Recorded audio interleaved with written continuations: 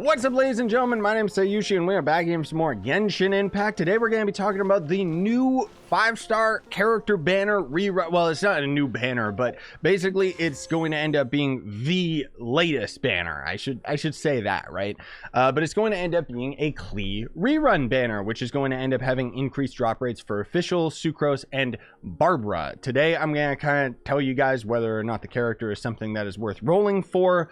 Of course, it is up to your own discretion whether you want to end up actually going for Klee. I don't have her myself, but I have a buddy of mine who ended up maining her for quite some time, so I actually have footage of her as both an elemental mastery build and as a DPS build. However, I gotta let you guys know that they actually ended up buffing elemental mastery and how it works, more specifically with like electro reactions and animo reactions and stuff like that in preparation for Kazuha, more than likely. But the point that I'm trying to make is that the damage numbers might not be entirely representative in the footage that I'll end up using later in the video. But for right now, we're just going to go into the trial.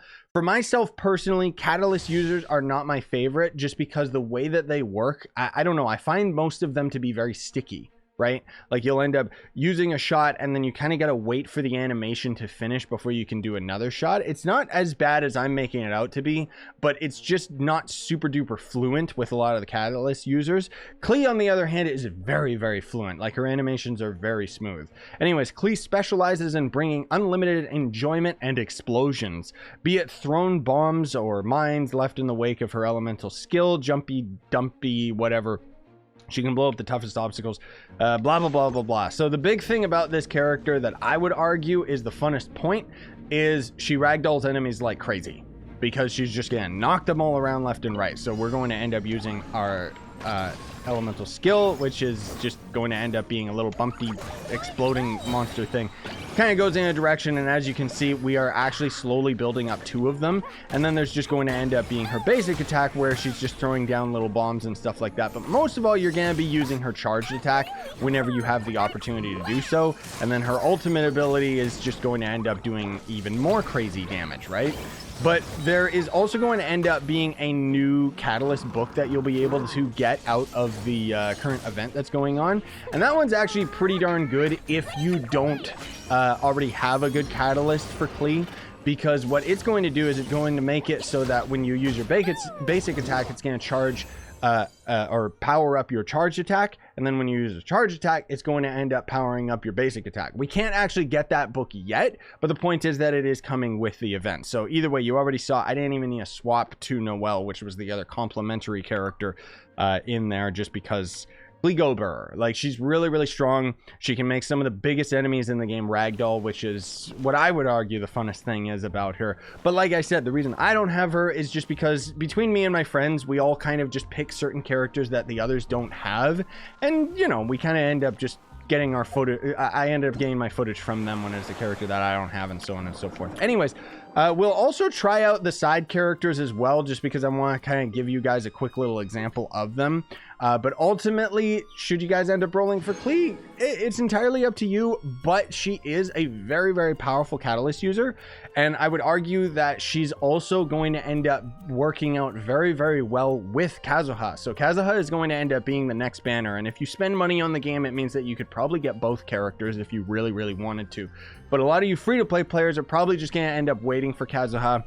Also in version 1.7, we're going to have, I think it's Yoimiya and Ayaka, so you guys could wait for that as well. It's entirely up to you if you think Klee's gameplay looks super duper fun and if she's a character that you're super duper interested in. Obviously, we're getting a little bit more info on Klee's lore with the current event that's going on, but ultimately for me, I'm just waiting for Kazuha, and then I'll probably end up skipping over a lot of the Inazuma characters in 1.7. So anyways, going into Sucrose, this is a character that you will probably end up getting if you end up rolling for Klee, and she's cracked, dude. She's actually a really, really, really good 4-star character, one of the ones that you can actually use in most team comps, because the way that she works is not only does her being a Catalyst user mean that every single shot that you end up doing is animo, her E ability is actually really, really good, as you can see right there.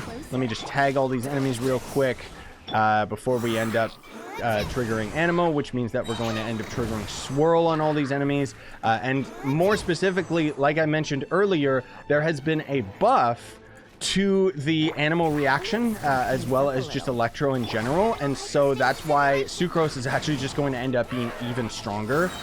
Venti's going to be a lot stronger as well, and I'm just really happy about the changes that they made, because I honestly thought that Anima was a little bit weaker than it should be. But Sucrose is a complementary character, so unlike Klee, where you can have her as a main DPS, Sucrose is just kind of going to complement what is already here. So she's really good in a group, but not necessarily on her own kind of thing, you know? She's kind of like value Venti, I guess, but also a little bit more supportive than Venti, whereas with Venti, you can technically use him DPS, I guess. It entirely depends on where you're trying to fit him into your group and everything like that. But ultimately, you can't really go wrong with Sucrose because she can end up being a pretty strong character, especially for a 4-star. Now, moving on to Fischl, this is a character where I already know from a buddy of mine who ended up using Fischl for the longest time that she's powerful, dude. Like, she can end up being really strong, especially if you build her towards elemental mastery. And now that we've had the electro buff, it means that she's just going to end up being even stronger, because the thing with Fischl that is so nice is she actually can end up not only being a DPS, but she also can be a support DPS, because what we can end up doing is if we end up triggering a reaction here, we can send Oz out and he'll just continuously do things and zap enemies and everything like that, and trigger electro reaction, even if we end up swapping to another character. So that's kind of the big thing about her, is we can end up very effectively using Oz to trigger reactions, while we don't even necessarily end up using Fischl out in the open world, right? Like, and the thing is, Oz is going to end up taking her elemental reaction, so we can end up using Oz, popping, pop Oz out, using our character to end up just triggering the reactions of the elements, and it's still going to end up doing quite a bit of damage just because of the fact that it is going to be, taking her elemental reaction. Then there's going to end up being the other character. Let me actually just skip through this right here, just because, there we go. The last character we actually don't seem to have a character trial for, which is kind of weird, but it's Barbara. Barbara is one of the characters we get for free, like almost every single update. So, I mean, if you don't have her, well, that's too bad. But Barbara is, I don't really need to give you a gameplay example of her so much, but I will just kind of show you what she's like. We are going to end up having a new costume for her in this event that you'll be able to actually get for free. You can see I don't actually have my Barbara leveled up.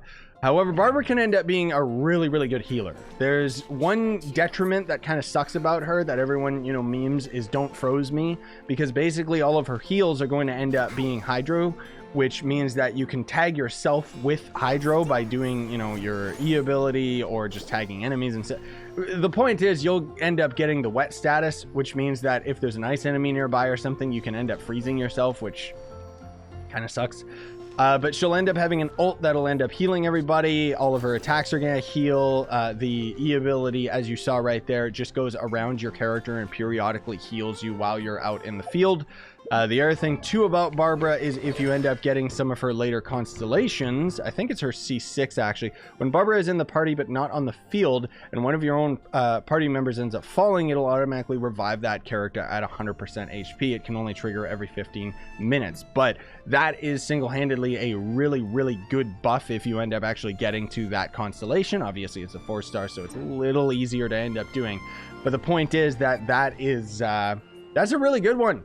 It's basically just a free heal, so you don't have to go to a Statue of the Seven or res your teammate or anything like that, and you'll still be able to basically have her heal them and then continue to use them, and then if they die again, then you can end up healing them with food and so on and so forth. Anyways, thanks for watching, gamers. I hope you ended up finding this video helpful. I just wanted to give you guys some quick feedback on the character.